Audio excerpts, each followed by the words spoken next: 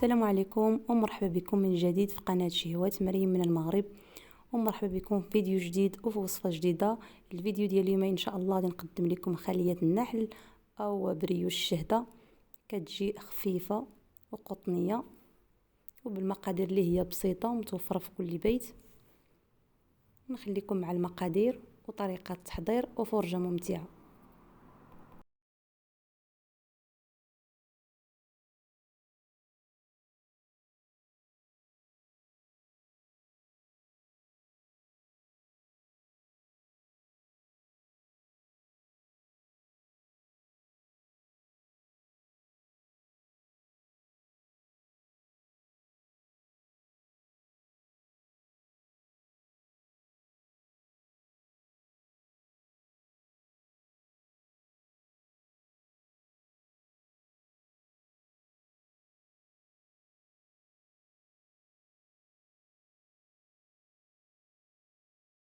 بالنسبه للمقادير عندي هنا 2 حبات ديال البيض، معلقه كبيره ديال الخميره ديال الخبز،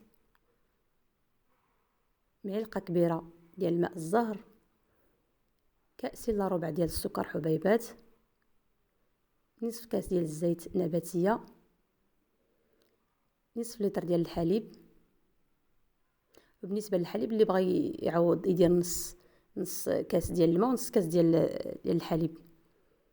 وعندنا واحد الساشي ديال الفاني، واحد الساشي ديال خميره ديال الخبز، وكيلو ديال الدقيق.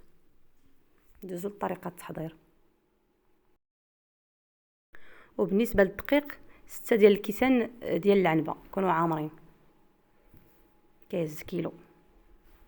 وغادي ندير جميع المكونات. غادي ندير الدقيق وندير الخميره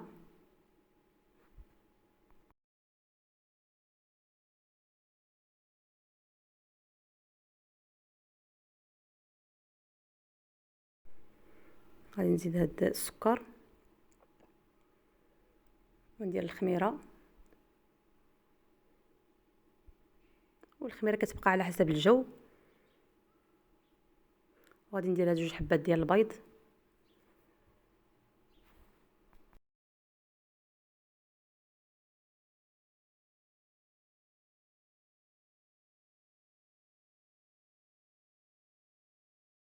وغادي نزيد هاد نص كاس ديال الزيت،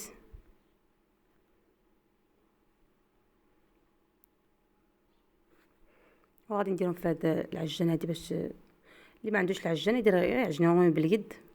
وانا درت واحد القريصه ديال الملحه. وغادي نزيد هاد الساشي ديال الفاني والساشي ديال الخميره ديال الحلوى 7 غرام.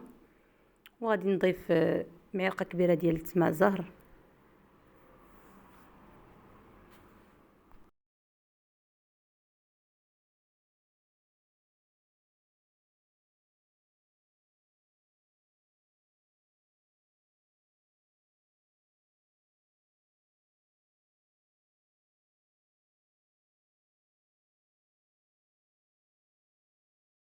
وغادي نبقى نزيد الحليب تدريجيا حتى كنحصلوا على العجينه اللي هي خفيفه. نتوما غادي تشاهدوها معايا في الفيديو.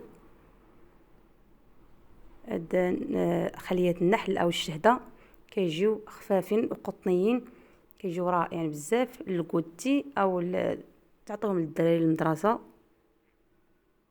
جربوهم ان شاء الله وغادي يعجبوكم.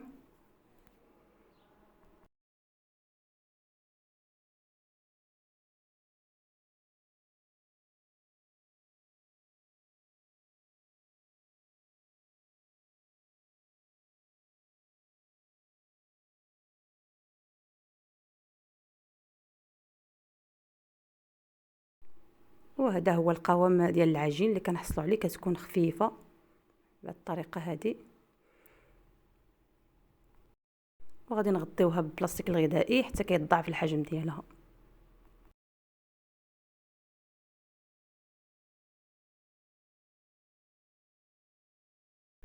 وهنا من بعد ما تضاعف الحجم ديال العجين غادي نجيب شويه ديال الماء وغادي نخرج من هذاك الهواء اللي جمعت الخميره. وهاد الطريقه هذه ضروريه باش ينجح معكم البريوش، يجي خفيف وقطني. وغادي نخرج من هذاك الهواء ديال الخميره بالطريقه هذه. وغادي نغطيها حتى كيتضاعف الحجم ديالها.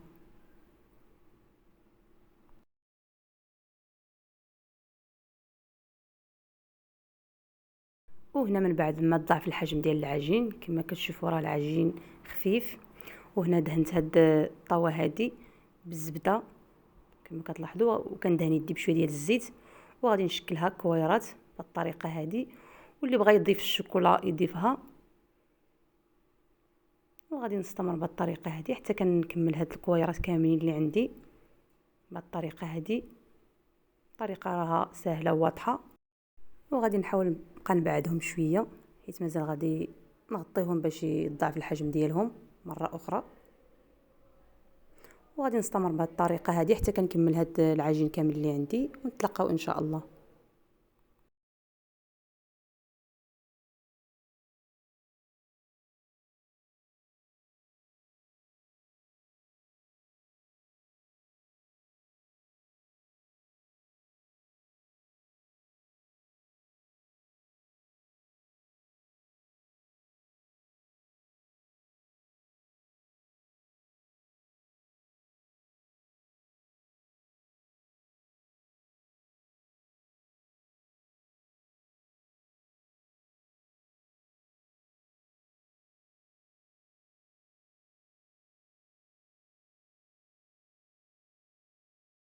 وهنا من بعد ما كملتهم درت هنا واحد اصفر ديال البيض مع واحد معلقه صغيره ديال قهوه سريعه الذوبان، ومعلقه صغيره ديال ماء الزهر.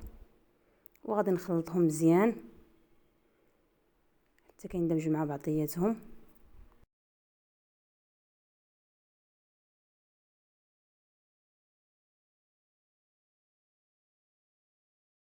ومباشره من بعد ما كنكمل هاد الكويرات وكندهنهم بهاد الاصفار ديال البيض مع قهوه سريعه الذوبان وماء الزهر،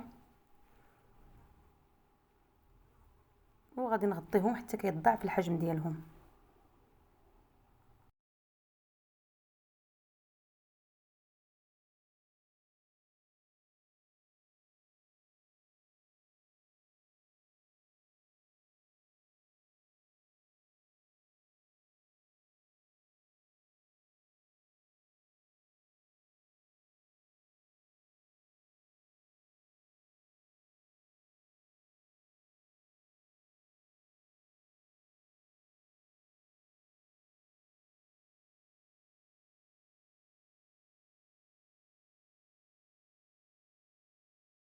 وهنا غادي ندردر عليهم شويه ديال الزنجلان، واحد شويه. لكم الاختيار، اللي ما كيعجبوش الزنجلان بلا ما يديروا، هو اختياري، ولكن صراحه كيعطي واحد المنظر رائع هذا البريوش.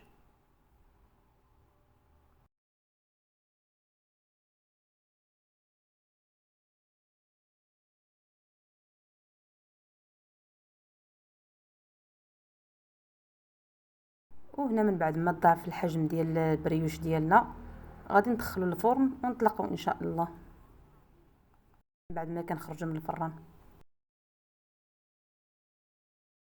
وهنا من بعد ما خرجتهم من الفران مباشره كنسقيهم بالعسل. الصراحه هذا العسل هذا كيعطيهم واحد المذاق اللي هو رائع بزاف. وغادي نخليها حتى كترطب لينا ديك القشره ديالها ديال الفوق، ونتلاقاو ان شاء الله تشوفوا الشكل ديالها النهائي.